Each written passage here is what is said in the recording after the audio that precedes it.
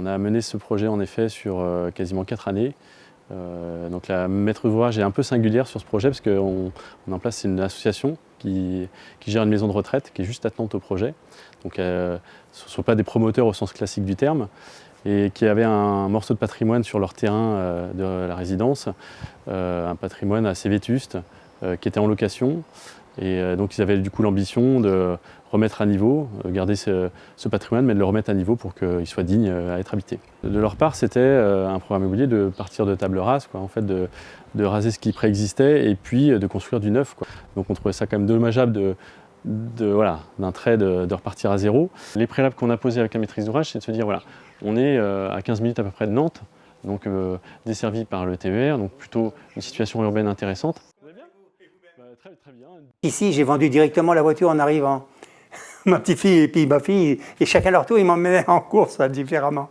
Je dis, c'est pas la peine d'avoir une voiture, j'ai ma fille pas loin. C'est primordial parce que le matin, je vous dis, je m'oblige à aller chez elle. L'après-midi, je fais mon petit tour autour de l'église. Je fais 300 mètres, 400 mètres. Je marche. Mais je sais qu'ils sont là. Vous savez, dans ma vie, j'ai déménagé, j'ai été commerçant, j'ai été agriculteur, j'ai été...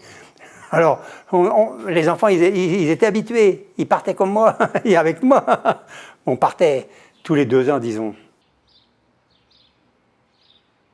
La qualité aussi de ce qui fait les maisons urbaines ou les maisons rurales de Mauves, c'est leurs espaces extérieurs notamment.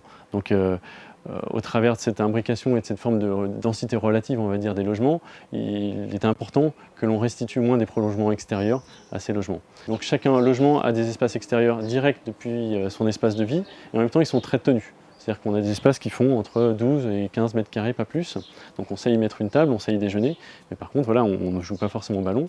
Et par contre il y a au moins la même valeur, au moins en termes de surface, aux espaces on va dire intermédiaires, aux accès cheminements, là où on se trouve par exemple, qui est à la fois l'accès pour 2 logements.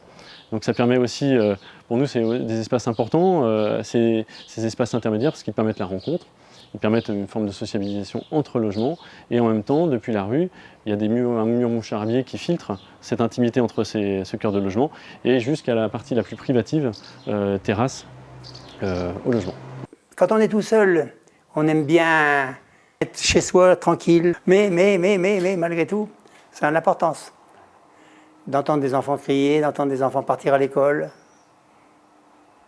c'est des choses qui font que ça fait de la vie. Si j'étais propriétaire, j'aménagerais en fonction de la vieillerie.